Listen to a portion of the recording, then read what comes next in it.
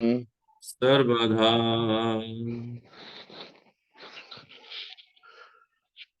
सर्व जगत को छाड़ के तुझ दर धूड़ रमाऊं।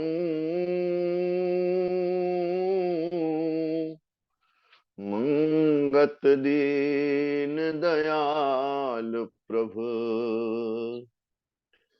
मत कित दर्शन पाऊं। सर्व जगत को छाड़ के तुझ दर धूड़ रमाऊं। मंगत दीन दयाल प्रभु मत कित दर्शन पाऊं। नारायण रूप संगत, आपके चरणों में दास का कोटि कोटि नमन है। ओम ब्रह्म सत्यम सर्वधा। बड़ा सौभाग्य हम लोगों का कि नित्य प्रति उस ईश्वरीय वाणी को सुनने और समझने का अवसर हमें प्राप्त हो रहा है निरंतर। आज विशेष दिन है। भारतीय संस्कृति के आधार पर और पाश्चात्य संस्कृति के आधार पर भी बात भारतीय संस्कृति की करते हैं तो आज बसंत पंचमी अर्थात मां सरस्वती के पूजन का, उनकी आराधना का दिवस है, जो कि ज्ञान की देवी कही जाती हैं। और पाश्चात्य संस्कृति में प्रेम का प्रतीक आज के दिवस को सांसारिक प्रेम के प्रतीक के रूप में आज का दिन मनाया जाता है। आज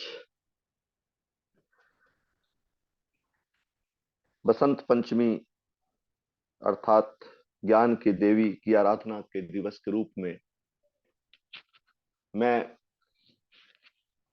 हृदय से प्रयास करूं, सच्चे मन से प्रयास करूं कि मुझे वो वास्तविक ज्ञान मिले, वो आध्यात्मिक ज्ञान, वो आध्यात्मिक विज्ञान, मैं जिसको समझकर अपना कल्याण कर सकूं। और मैं अपने जीवन में किससे प्रेम करूं जिससे मेरे को, मुझे वास्तव में मेरा कल्याण हो। ईश्वरीय वाणी ग्रंथ श्री समता प्रकाश जो गुरुदेव महात्मा मंगत राम जी के मुखारबंद से प्रकट हुई और भक्त बनारसी दास जी के हस्तलेखन से ये संपूर्ण हुई, इस सत्यवाणी, इस ईश्वरीय वाणी का श्रवण करते हैं। और इस वाणी श्रवण को आधार बनाकर मैं उस ईश्वरीय ज्ञान को समझने का प्रयास करूं और उस ज्ञान के आलोक में मैं प्रेम की परिभाषा को समझ सकूं कि प्रेम का अर्थ क्या है। आइए श्रवण करते हैं गुरुदेव क्या कहते हैं। गुरुदेव कहते हैं, नित ही नित कर गुनी विचार,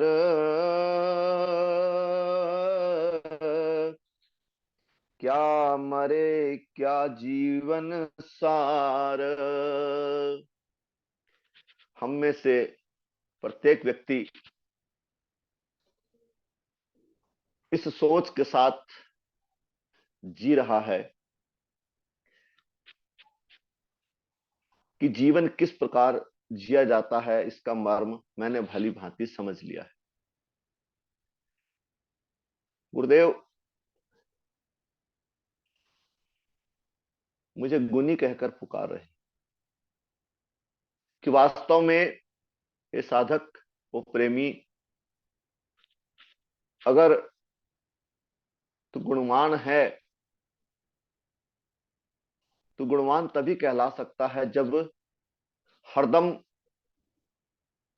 तेरी सोच में इस बात की स्पष्टता हो, हरदम तेरे मन में विचार ये चलता हो कि जीवन और मृत्यु के भेद को तू समझने वाला हो।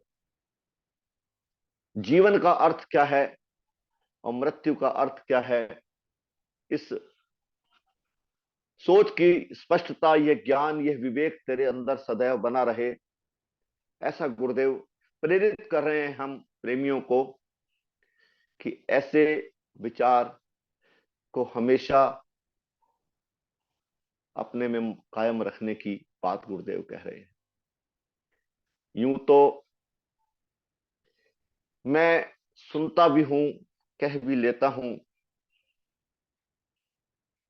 कि मैं कौन हूं वास्तव में, लेकिन जब जीवन जीने की बात आती है तो मेरा सारा जीवन, मेरे दैनिक क्रियाकलाप स्वयं को देह मानकर ही जीवन मैं जी रहा हूं, जबकि वास्तविकता यह नहीं है।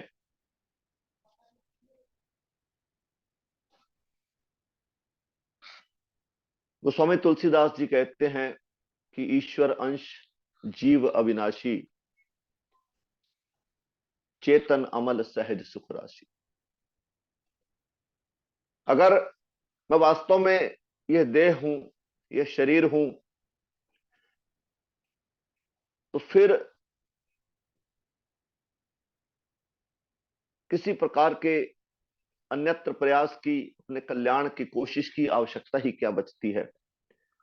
अगर मैं वास्तव में देह हूं तो जिस प्रकार का मैं जीवन जी रहा हूं वो श्रेष्ठ जीवन है कि अधिकाधिक भोग किए जाए और संसार में जितने अधिक सुख मैं प्राप्त कर सकता हूं उनको प्राप्त करके इस देह को त्याग कर दिया जाए, यानी कि मेरी मृत्यु हो जाए।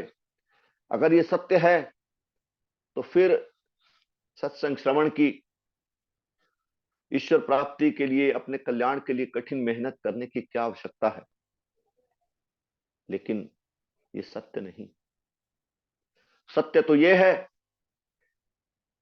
कि मैं ये देह नहीं हूं, मैं इस देह का मालिक जीव हूं। यह देह मेरा घर है और इस देह छूटने के उपरांत भी मैं बचा रह जाता हूं। अपने किए हुए कर्मों को मुझे फिर आगे के जन्मों में भोगना पड़ता है। इस ज्ञान के आलोक में जब मैं जीवन जीता हूं तभी वास्तविक जीवन मेरा सही तरीके का जीवन कहलाता है। मृत्यु इस शरीर की होती है,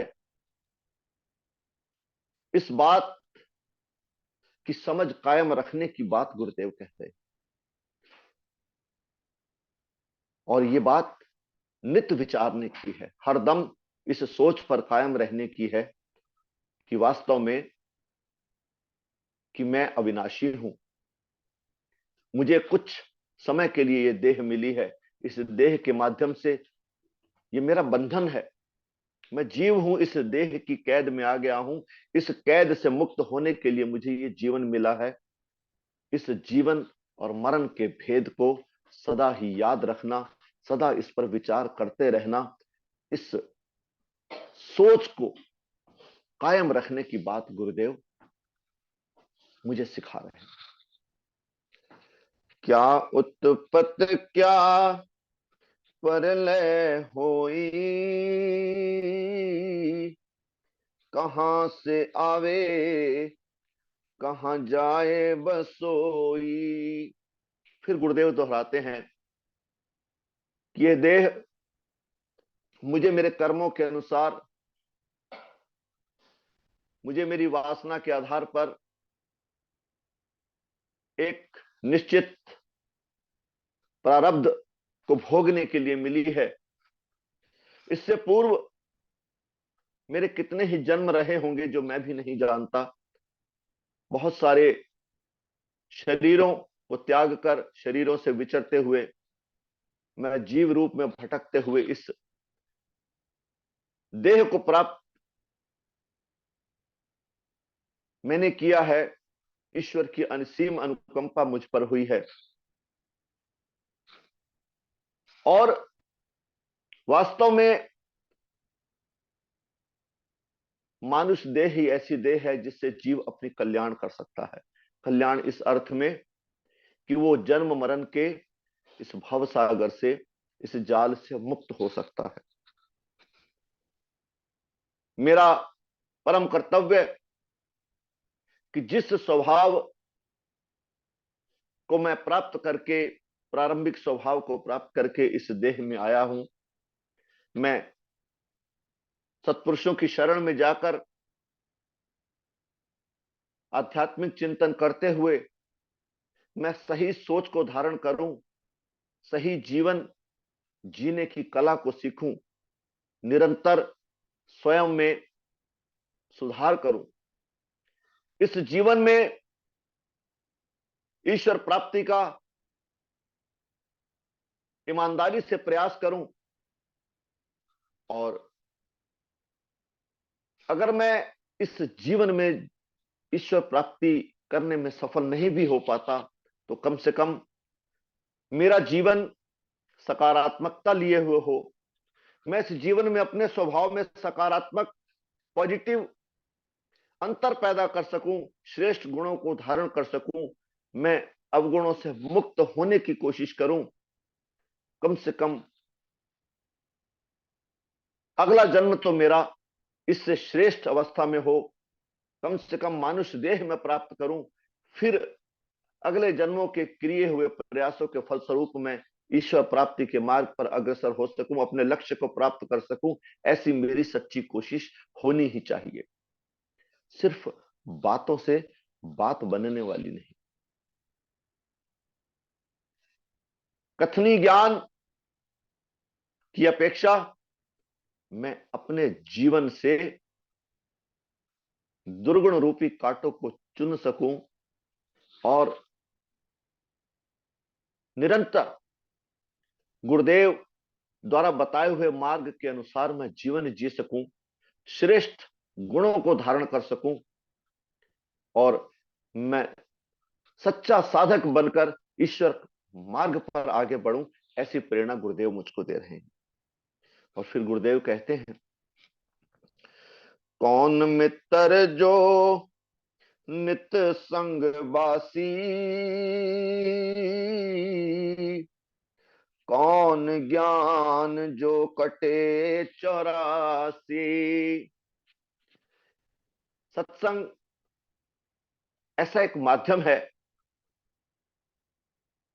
जिस सत्संग को सुनकर मैं इस बात को भली भांति समझ सकता हूं कि मेरा वास्तविक मित्र कौन है। पूर्व के जन्मों में भी जान के रूप में मेरे साथ रहे वो परम पिता परमात्मा इस जन्म में भी मेरे परम मित्र हैं, जिनके बिना मैं, मेरा कोई वजूद नहीं, जिनका मैं अंश हूं। कहते हैं, पितु मातु सहायक स्वामी सखा, तुम ही एक नाथ हमारे हो। आप प्रभु से मेरे सब रिश्ते नाते जुड़े। मेरे एकमात्र सखा और मित्र प्रभु स्वयं केवल आप ही हो, जो मेरे से दूर नहीं, मेरे अंतर में, मेरे हृदय में विराजमान है। और गुरुदेव प्रेरणा दे रहे हैं कि ऐसा कौन सा ज्ञान है जिससे मेरे 84 लाख जन्मों का मेरा जो भवसागर है, मैं इससे मुक्त हो सकूं। वो ऐसा कौन सा श्रेष्ठ ज्ञान है? सर्वप्रथम मुझे ये ज्ञान हो कि मैं ये देह नहीं, इस देह से भी श्रेष्ठ इस देह में मेरी ज्ञानेंद्रियां हैं, इन ज्ञानेंद्रियों से भी श्रेष्ठ, इन ज्ञानेंद्रियों से भी सूक्ष्म मेरा मन है, और मन से श्रेष्ठ मैं जीव हूं। जो मन की क्रियाओं को समझ सकता है, देख सकता है, इस मन का मालिक है वास्तव में मैं वो हूं। और इसी देह में जान के रूप में मौजूद वो परम पिता परमात्मा, जिसका संग करने का मुझे यह शुभ अवसर इस जीवन में मिला है, इस ज्ञान के आलोक में मेरे अंदर यह विवेक कायम हो कि मैं नित नई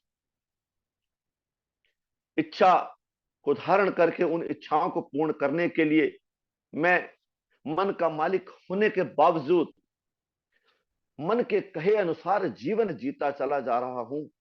मेरे इस अज्ञान का जब तक अंत नहीं होगा, मैं मन को अपने वश में जब तक करने का प्रयास नहीं करूंगा, जब तक मैं ये ना सीख लूं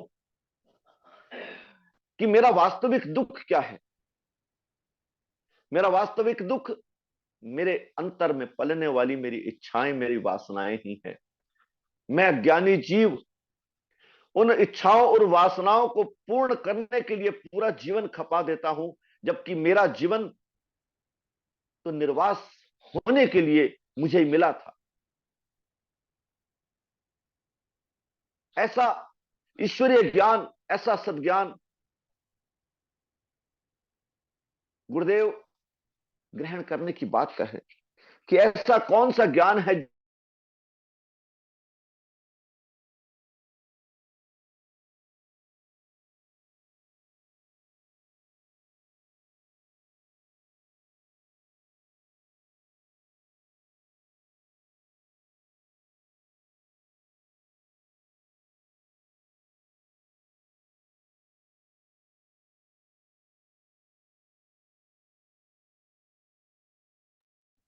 बार बार करूं वंदना सतगुरु चरनी माई। मंगत सतगुरु भेंट से तेर गर्भ नहीं आई। ओम ब्रह्म सत्यम सर्वदा। ओम ब्रह्म सत्यम सर्वदा।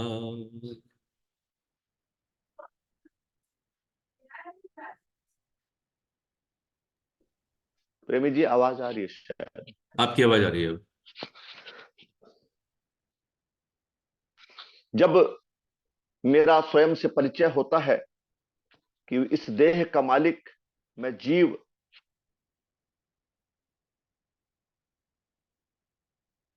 मुझे ईश्वर भक्ति करनी है, जब सत्संग श्रवण करके गुरुओं की वाणी से, गुरु के वचनों से मैं ये जानता हूं, वो जीवन जीने की मुझे कला सिखाते हैं कि मुझे किस प्रकार से जीवन जीना है। उन नियमों को मेरे समक्ष रखते हैं कि मैं किस प्रकार का जीवन जीकर इस भवसागर से मुक्त हो सकता हूं। मेरे समक्ष सर्वप्रथम सादगी का नियम रखते हैं कि मेरा जीवन न्यूनतम इच्छाओं पर आधारित हो। इच्छाओं की जगह आवश्यकता शब्द का यूज किया जाए तो ज्यादा उचित होगा कि मेरा जीवन आवश्यकताओं, दैहिक न्यूनतम आवश्यकताओं की पूर्ति हेतु हो। मैं सत्य के मार्ग पर चलने वाला हूं, एक ईश्वर का विश्वासी बनूं, सेवा मेरे जीवन का अभिन्न अंग हो। निष्काम सेवा को करके मैं निर्माणता को हासिल करूं। सत्संग में मेरी रुचि हो और उस प्रभु को आधार, अपने जीवन का आधार समझकर मेरा उस प्रभु से प्रेम हो, उस प्रभु के प्रति मेरी करुण पुकार हो। जब तक संसार से वैराग्य हासिल ना हो, उस ईश्वर से प्रेम होना संभव नहीं। इस विवेक के आलोक में जब मैं जीवन जीता हूं, तो निश्चित रूप से जो बात गुरुदेव कह रहे हैं कि ऐसा कौन सा ज्ञान है जिससे तेरी 84 कटे, उस ज्ञान को समझने और सीखने की मेरे लिए अत्यधिक आवश्यकता है। एह विचार करो अत सुखदाई, कह बिद मनुआ शांत समाई। मेरी अशांति का कारण मेरे मन में चलने वाले संकल्प विकल्प हैं। जितनी अधिक मेरी जरूरतें हैं, मेरी इच्छाएं हैं, उतने अधिक मेरे मन के अंदर संकल्प विकल्प हैं। इसको प्रत्यक्ष रूप में जानने के लिए, समझने के लिए मैं विचार करूं कि जब मैं निद्रा अवस्था में होता हूं, उस समय मेरे विचार विश्राम लेते हैं, मैं शांति अनुभव करता हूं। जिस व्यक्ति के अंदर